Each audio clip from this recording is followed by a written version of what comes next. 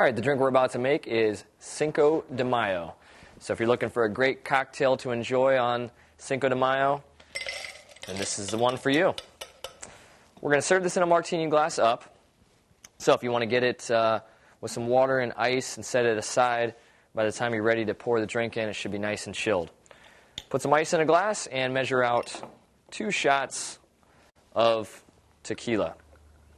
And you can use a white tequila, you can use an añejo. It doesn't really matter. Whoops, that was only 1. There's 2.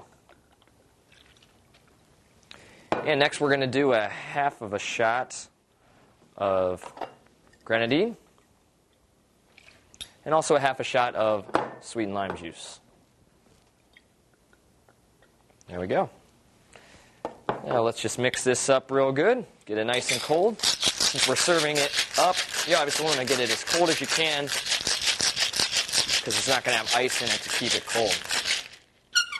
Ooh, sorry about that. Felt good on the ears, didn't it?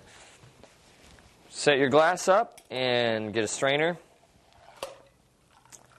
And there we go. That is a Cinco de Mayo. Bottoms up.